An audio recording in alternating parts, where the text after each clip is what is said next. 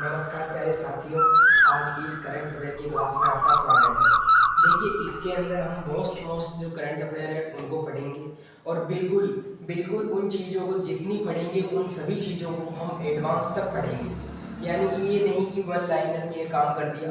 अगर one liner में ही मुझे करंट अफेयर पढ़ाना होता तो शायद इसी इसी स्लाइड में आपको लगभग 500 करंट अफेयर करा देता, लेकिन वैसा कोई लॉजिक नहीं है। करंट अफेयर हम बिल्कुल कम पढ़ेंगे, लेकिन हम मोस्ट इम्पोर्टेंट और डिटेल के साथ में पढ़ेंगे। यही काम है कि ये जब करंट अफेयर मान लीजिए कि 6 महीने बाद में भी हम इससे कुछ पढ़ें तो हमारे लिए जरूरी है कि हम वो चीज़ें ही पढ़ें जो स्टैटिक के रूप में भी काम आए।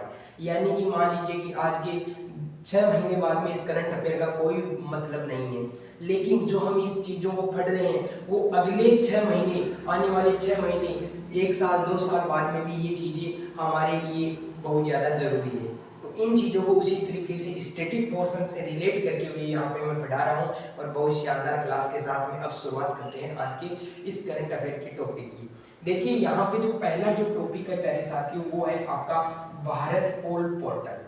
क्या है बेसिकली भारत पोल पोर्टल? इसको समझने से पहले प्यारे साथियों हमें समझना पड़ेगा इस इंटरपोल को। क्या है ये इंटरपोल? देखिए, इंटरपोल की अगर बात करें तो अंतर्राष्ट्रीय आपराधिक जो पुलिस ऑर्गेनाइजेशन है, अगर बात करें इंटरनेशनल क्रिमिनल पुलिस और ऑर्गेनाइजेशन, जिसको क्या बोला जाता था? ICPO बोला जाता था। ये इसकी शॉर्ट फॉर्म है प्यारे साथियों इसी इंटरपोल के। ये क्या करता है प्यारे साथियों? मान लीजिए कि कोई आपके देश में किसी ने क्राइम किया, आपके देश में किसी ने क्राइम किया और वो दूसरे देश में भाग गया। मान लीजिए कि आपके देश में कोई ड्रग्स के मामले में पकड़ा गया, दूसरे देशों में भाग गया। मान लीजिए कि कोई आपके देश में लूट लिया, है ना, बैंकों को लूट लिया और दूसरे देशों में भाग गया। तो किसी भी प्रकार का क्रिमिनल करने के लिए, क्रिमिनल किसी भी प्रकार का हो सकता है, हत्या ही नहीं होती है। क्रिमिनल है कि आपने कानून के खिलाफ गए हो, और जब भी आप इस तरीके से कानून के खिलाफ जाते हैं, आप दूसरे देशों में भाग जाते हो, तो अब उनको कैसे पकड़ा जाए? इसीलिए क्या होता है कि एक ऑर्गेनाइजेशन बनाया गया जिसको बोला गया इंटरपोल ऑर्गेनाइजेशन। इंटरपोल ऑर्गेनाइजेशन कैसे काम करता है प्यारे साथियों? इंटरपोल ऑर्गेनाइजेशन कहता है कि प्रत्येक जो देश है, प्रत्येक देश है उसके अंदर एक एनसीबी होगा। एनसीबी वहां का खुद का होगा, जिसको बोलते हैं प्यारे साथियों यहाँ पे इंटरपोल के लिए संपर्क बिंदु होता है एनसीबी, जिसको बोलते हैं नेशनल क्राइम ब्यूरो, है ना। ये क्या करता है प्यारे साथियों? नेशनल क्राइम ब्यूरो आपका क्या करता है? इंटरपोल से क्या करता है? जानकारी लेता है। ये इंटरपोल को कुछ जानकारी दे देता है कि भाई हमारे देश से कुछ इस तरीके का था, आप उस पर नजर रखो, आप उसको ध्यान रखो। तो ये सारा का सारा हर एक देश में क्या होगा? एनसीबी होगा, जो किससे बात करेगा? इंटरपोल से बात करेगा। प्यारे साथियों, भारत का जो एनसीबी है, आप बोलेंगे जी भारत में कौन है एनसीबी, है ना, नेशनल क्राइम ब्यूरो कौन है प्यारे साथियों? तो ये काम है भारत में सीबीआई का, जिसको बोलते हैं आपका सेंट्रल इन्वेस्टिगेशन ब्यूरो। अब ये यहाँ पे क्या बनता है? एनसीबी काम करता है, यानी कि जो इंटरपोल से बातचीत होगी वो सीबीआई ही करेगा। कौन करेगा? सीबीआई ही करेगा। प्यारे साथियों, ये सीबीआई करता है। अब समझिए, अब ये समझना है कि प्यारे साथियों जब इंटरपोल से हम बात करते हैं तो बात कई बार जो क्राइम है वो पकड़ा भी नहीं जाता, क्रिमिनल है जो पकड़ा भी नहीं जाता। इससे क्या होता है कि जो हमारा डाटा है वो कभी भी लीक हो जाता है। कई बार क्या होता है? डाटा लीक हो जाता है, जिससे क्या नहीं पकड़ में नहीं आता, क्रिमिनल को सब बातें पता चल जाती है। अब जिस इंटरपोल की बात कर रहे हैं प्यारे साथियों, इसकी थोड़ी सी स्ट्रक्चर को जानते हैं, क्या इसमें कैसे है, कब बना था, क्या है वगैरह। देखिए, इसकी जो स्थापना हुई थी वो 1923 में हुई थी, 1923 में हुई थी।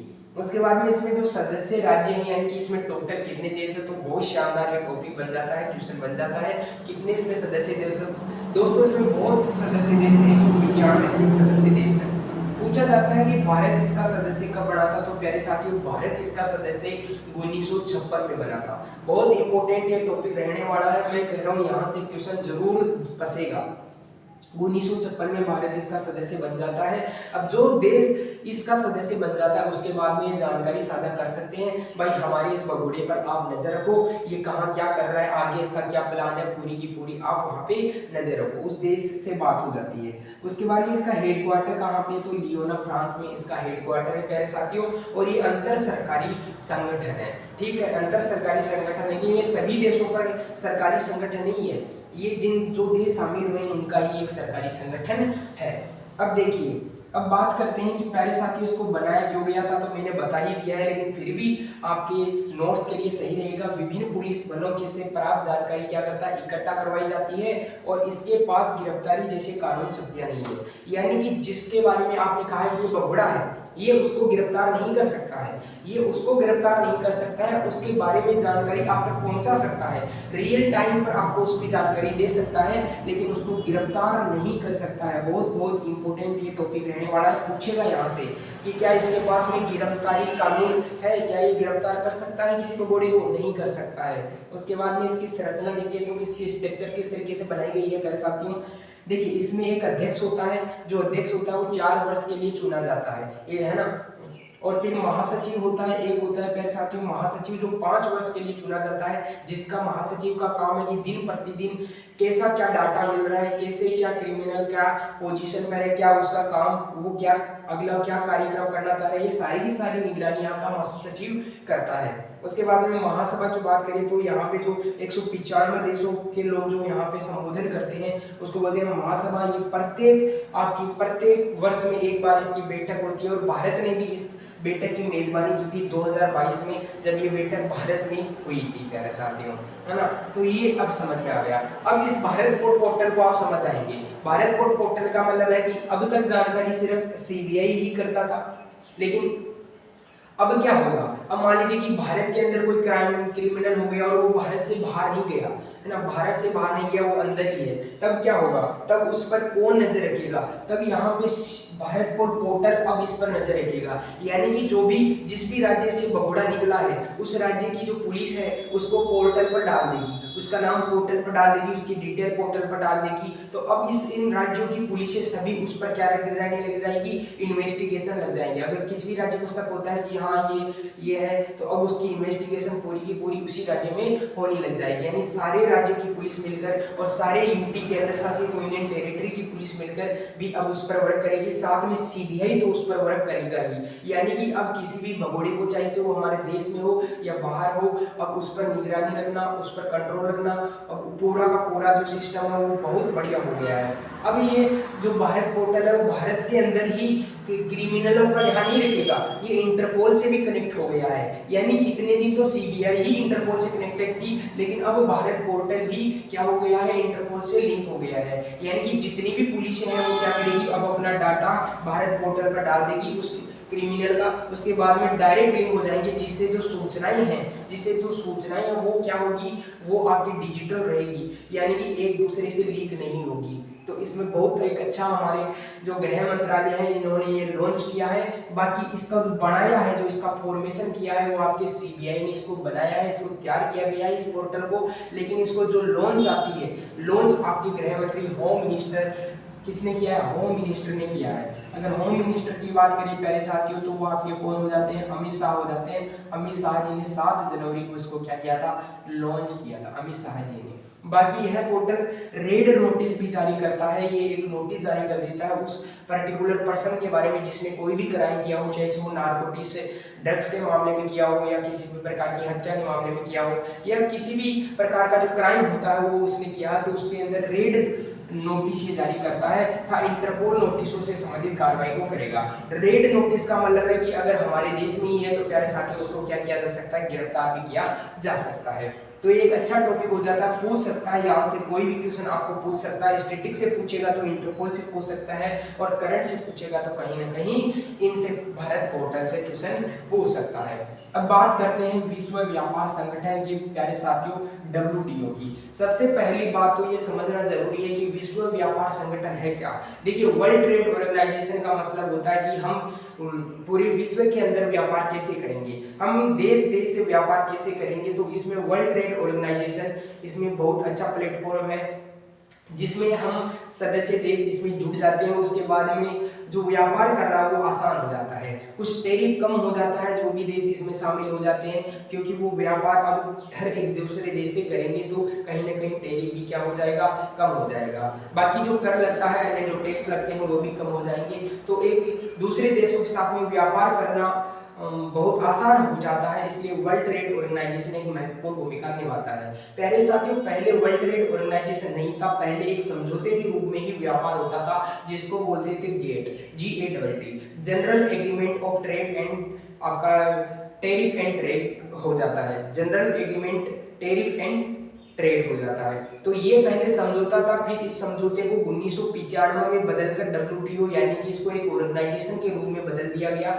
जिसको अब हम बोलते हैं WTO। तो इसकी सबमिट होती है प्यारे साथियों 1 जनवरी 2025 को। इसकी इस बार 30वीं वर्षगांठ थी। आपको पता है कि 95 से 25 कितनी हो गई, 30 वर्ष हो गई। तो WTO को बने 30 वर्ष हो गए। और पूछा जाता है ये गेट जो समझौता है वो कब बना था प्यारे साथियों, वो 948 में बना था। किस में बना था, 1948 में ये बना था प्यारे साथियों। ये आपका 1995 में WTO बन ही जाता है। उसके बाद में इसका हेड क्वार्टर पूछा जाता है। देखिए, हमें जीने के लिए दो चीजें बड़ी इंपॉर्टेंट है। हमें जीने के लिए क्या करना पड़ता है, हमें जीने के लिए व्यापार करना पड़ता है। जीने के लिए हमें क्या करना पड़ता है, व्यापार करना पड़ता है। इसलिए याद करना, जिनेवा स्विट्जरलैंड, क्या जिनेवा स्विट्जरलैंड में इसका क्या है, हेड क्वार्टर है, मुख्यालय है। उसके बाद में सदस्य देशों की अगर बात करें प्यारे साथियों, इसमें जो सदस्य देश है वो 166 है, यानी कि इसमें है 166 हो गए, 166 इसमें सदस्य देश है। और जिनकी वैश्विक व्यापार में प्यारे साथियों कितनी भागीदारी है, यानी कि वर्ल्ड के अंदर जितना भी जो ट्रेड होता है उसमें 98% इस 166 सदस्यों के द्वारा ही होता है। अब और भी बात कर लीजिए, जैसे ब्रिक्स बहुत ज्यादा इंपॉर्टेंट ये टॉपिक रहने वाला है इस बार। देखिए ब्रिक्स क्या है, पहले ये ब्रिक्स नहीं था, पहले ये ब्रिक ही था। क्या था पहले ये ब्रिक ही था प्यारे साथियों, ब्रिक ही था। ब्रिक का मतलब होता है ब्राजील, उसके बाद में आपका रशिया, उसके बाद में पहले साथियों आपका चाइना, और फिर आपका इंडिया तो है ही, चाइना से पहले इंडिया है। तो पहले ये 4 सदस्य मिलकर ही इसकी स्थापना हुई थी ब्रिक्स की, है ना। फिर 2010 में प्यारे साथियों, 2009 में बना था, और उसके बाद में 2010 में प्यारे साथियों साउथ अफ्रीका इसमें जुड़ गया था। 2010 में इसमें साउथ अफ्रीका जुड़ गया था। 5 बड़ी अर्थव्यवस्था उभरती अर्थव्यवस्था ने सोचा कि हम साथ मिलकर कुछ ऐसा एक ऑर्गेनाइजेशन खोल लें, कुछ ऐसा ऑर्गेनाइजेशन खोल लें जिससे क्या हो, जिससे हमारी जो अर्थव्यवस्था है वो क्या करे, बूस्ट अप मिल जाए, उसको क्या मिल जाए, बूस्ट अप मिल जाए। अब हम देखते हैं कि जितना भी जो व्यापार होता है मैक्सिमम डॉलर में होता है, जिससे डॉलर की वैल्यू बढ़ती है। लेकिन जब ये ब्रिक्स के अंदर जब व्यापार होगा प्यारे साथियों, तो भारत की जो करेंसी है वो भी कहीं ना कहीं बढ़ेगी, और जब करेंसी बढ़ती है तो ऑटोमेटिक इकोनॉमी भी बढ़ती है प्यारे साथियों, है ना। जब हम इकोनॉमी बढ़ेंगे तब उसमें बिल्कुल ये चीजें एनालिसिस होगी।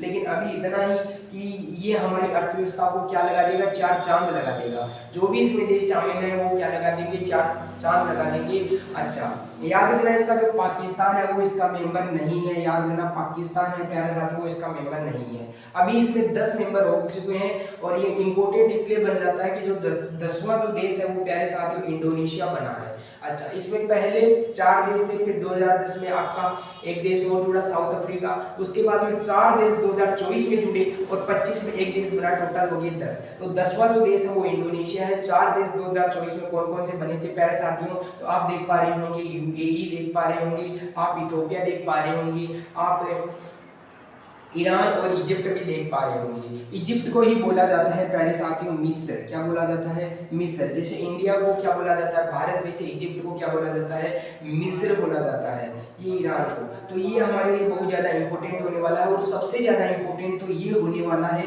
कि भारत भी इस समिट का आयोजन कर रहा है 2026 के अंदर। तो ये बहुत बड़ी है कि हमारे देशों में भी अब जो ऑर्गेनाइजेशन है उनकी समिट होने लगी है। तो इससे हमारा जो देश है उसकी एक इमेज है वो दूसरे देशों में क्या जाती है, ऊपर चली जाती है, जिससे यहाँ का हर एक सेक्टर मजबूत होता है और एक बूस्टअप मिल जाता है। किसी भी सेक्टर को एक बूस्टअप मिल जाता है जिससे किसी देश की पहचान बनती है। और जब देश की पहचान बनती है पैसा क्यों, तो हर तरीके से वहाँ पे इकोनॉमी ग्रोथ करती है। मान लीजिए कि अब ब्रिक्स की जो समिट होगी उससे लोगों को पता चलेगा कि भारत ने भी ब्रिक्स की समिट का क्या किया है, आयोजन किया है। तो इससे क्या होगा, लोग दूर दूर से घूमने आएंगे, पर्यटन बढ़ेगा, इकोनॉमी अवश्य बढ़ेगी, है ना।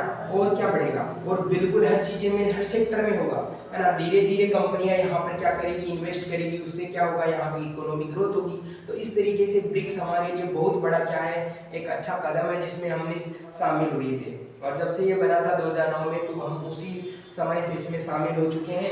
याद रखना, ये कंट्रियां आपको याद रखनी है, ईरान, इजिप्ट, यूएई और इथियोपिया ये आपके 2024 में शामिल हुई थी। अच्छा, सऊदी अरब भी बार बार सऊदी अरब को भी आमंत्रित किया जाता है कि आप भी इसका मेंबर बन जाओ। वो बनना भी चाहता है लेकिन कुछ मजबूरी, कुछ कारणवश से सऊदी अरब अभी तक इसका क्या नहीं बन पाया है, सदस्य नहीं बन पाया है। तो अब मिलते हैं प्यारे साथी आपसे नेक्स्ट क्लास में। करंट अफेयर की क्लास हम इतना ही रखेंगे, लेकिन ये वो क्लास है जो आपके लिए बहुत ज़्यादा इंपॉर्टेंट होने वाली है। तब तक बाय बाय, जय हिंद।